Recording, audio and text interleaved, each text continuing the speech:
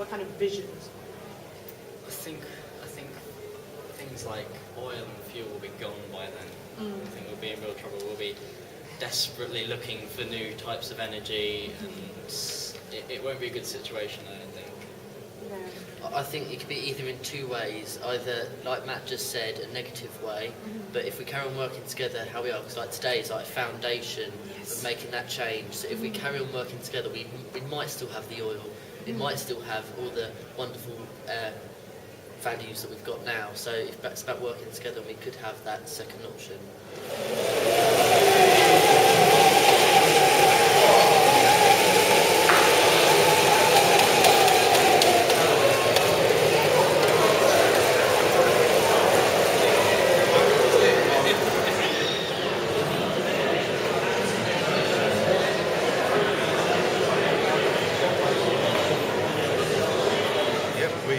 We set out about 2 years ago to move our company from being completely heating and plumbing based over to a renewables section of the market, which we feel is where the company needs to be. We're probably going to take about 5 years for a complete transition, but we're quite excited about the possibilities of what's going to happen in the next couple of years. Yeah, I think it's got a very bright future down here, and I think it's going to go on quite a large curve. I likened it today to someone as being a big rolling ball going very slowly but downhill. It's going to gather pace, and things will be happening, especially autumn 2012 with the Green Deal coming in. It'll be.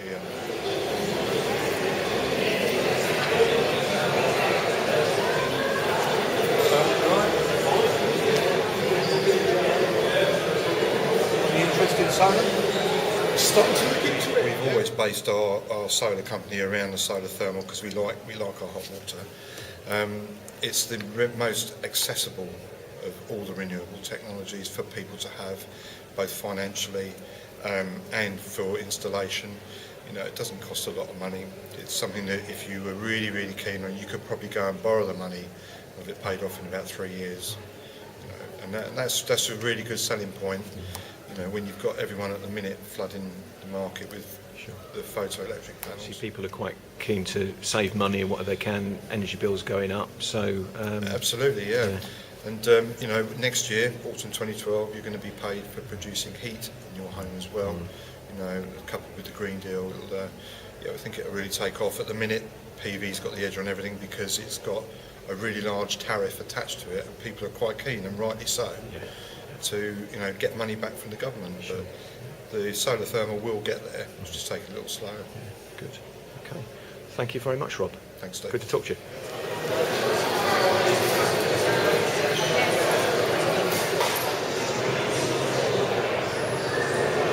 Well, at Sunhive, we're kind of passionate about getting solar as popular as possible across Sussex. So, and one of the approaches we've decided to take is one that makes it easy for anybody that's got the right home for solar to be able to adopt it as a technology. Well, Sussex is probably, when you look at least on a density point of view, roof density and home density, it's probably the most ideal county in the UK for solar, really.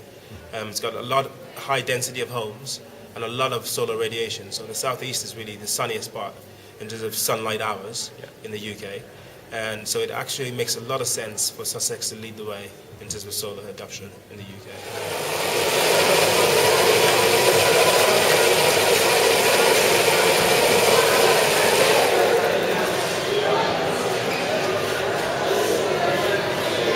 How was it?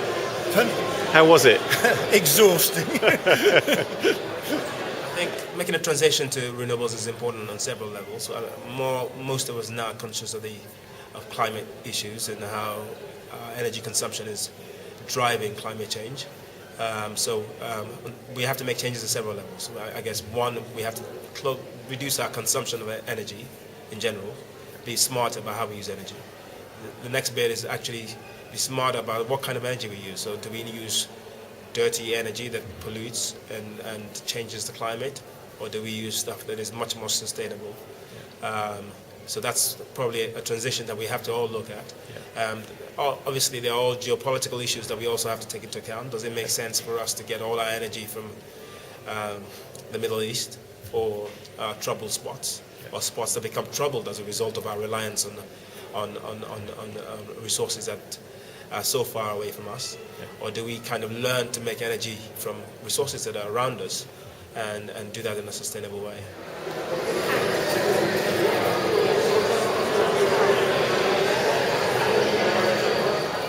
We are part of Global Action Plan, which looks to audit buildings for see what lights are on and how they can reduce their carbon emissions, and just general ways to reduce the amount of waste we create. And what we're doing is, recently we audited Centenary House, and we're closely working with them to obviously save their carbon emissions, and we're looking to do other council buildings like the town hall, etc. Yeah, so they could just allow us to do that, but also I think it shouldn't just be the youth council doing it. We should let other young people get involved, because it's an eye-opener for them as well as us, because we can see it and tell them, but it's good. So the council could help promote it and help promote with the other younger people that there is a way that we can all be energy efficient. And it's actually quite powerful that when a young person can go into a building and say, oh, you've done this, rather than an adult just saying it to them, so they're more likely to do it. So young people can be quite powerful. Absolutely. I think they should help us show that it's not just young people, or not just adults that care about the environment, it's everyone. Yeah. Thank you very much. That was Brilliant, excellent. thank you.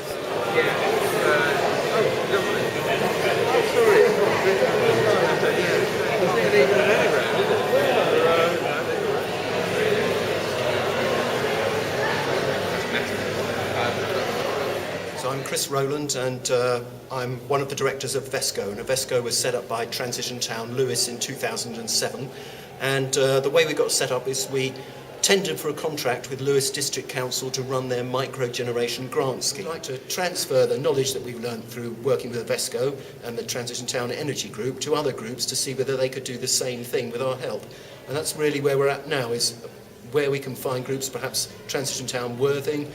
Recently we were talking to Barkham Energy Group, just north of Lewis, and other people to see whether we can help them in some way to achieve the same. So what would be the first step for if, say, Transition Town Worthing was what had some capacity to run with a project like that? What would be the first step for I think us? really you want to have an idea about your first site, and now that feed-in tariff review has come in place, you're going to be looking at a site that's less than 50 kilowatts per PV, and probably it's a good idea to start out with PV panels because it's a fairly simple technology that's not going to create the same kind of problems as hydropower or a wind turbine project or something like that, or in a town like Worthing perhaps it's not really viable to have a wind turbine anyway.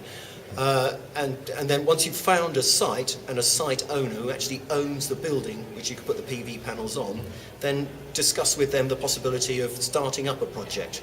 And at that stage, then you might want to come and talk to us at Avesco and see whether we could help you in some way with how you actually set up an industrial and providence society and raise the share issue. Right now then, thinking about all of these problems, what do you think Worthing should be doing? What should the people of Worthing be doing? Looking for more renewable resources. We've already got things like hydropower, wind farms. It's just a case of how can we make that more efficient, and taking that to our local councillors, local MPs, and getting the opinions heard, and hopefully developing better ways to run Worthing anywhere, really. And as I said in my speech earlier when I opened the event, everyone on the world by the end of 2011 will be one of 7 billion people, and we need to find a balance, because it's not space we need, it's about finding that balance. And it's scary to think that 5% of us consume 23% of the world's energy, and that's a lot. So it's about working together and, as I said, finding that balance. We should do more things like this, like encouraging the public to recycle and use alternative energy sources and things like that.